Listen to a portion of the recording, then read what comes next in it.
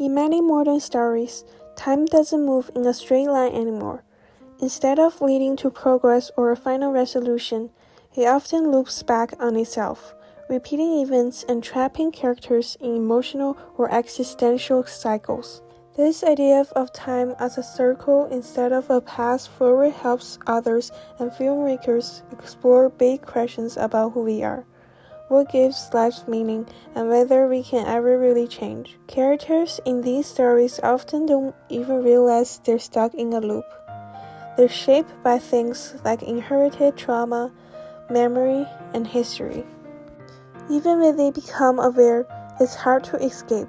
These patterns reflect a deeper fear in our culture that maybe we aren't moving forward after all, and that what we think of as identity might just be a reflection of things from the past. This way of looking at time challenges traditional storytelling, where characters grow and change. Instead, it makes us think about what it really means to live an authentic life. I'll be exploring these ideas using Gabriel Garcia Marquez's 100 Years of Solitude, Christopher Nolan's Interstellar, Michael Gondry's Eternal Sunshine of the Spotless Mind, and Denis Villeneuve's Arrival. Christopher Nolan's Interstellar challenges the ideas that time moves forward in a straight line. Instead, it shows time as something that can stretch, loop, and even be felt emotionally. The main character, Cooper, goes into space hoping to save the future of humanity, but because of how time works in space, he ends up missing the case of his children's lives. One emotional scene shows him watching 20 years of video messages in just a few minutes, completely heartbroken by how much he lost. Time isn't just something scientific here, it becomes something deeply personal and painful. At one point, the character Brand says, "Love is the one thing we're capable of perceiving that transcends dimensions of time and space." This quote suggests that while time may trap us, love can still connect us across it. This quote connects directly to 100 Years of Solitude, where the Boudia family repeats the same mistakes generation after generation. Time in the novel isn't just a straight path, but more like a spiral. Near the end, Marquez writes, "It's as if time had turned around and we were back at the beginning."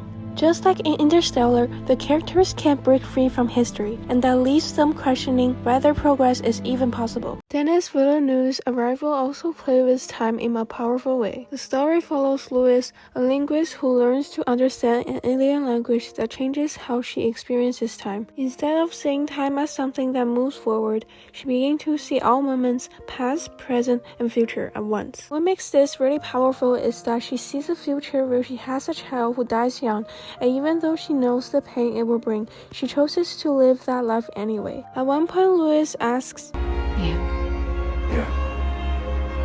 if you could see your whole life from start to finish,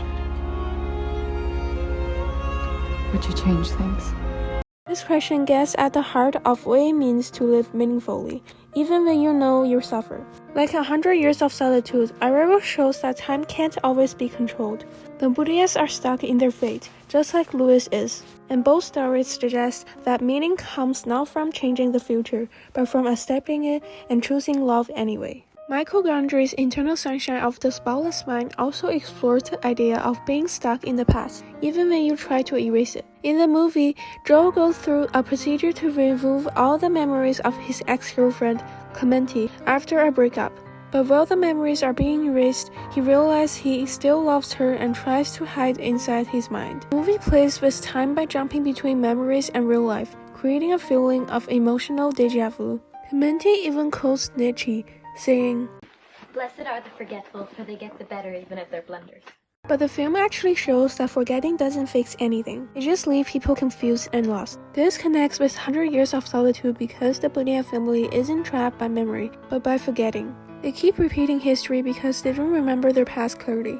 The book says the secret of a good old age is simply an honorable pact with solitude, which means that understanding yourself requires facing your pain, not erasing it. In conclusion, these works shows that time isn't always a straight line.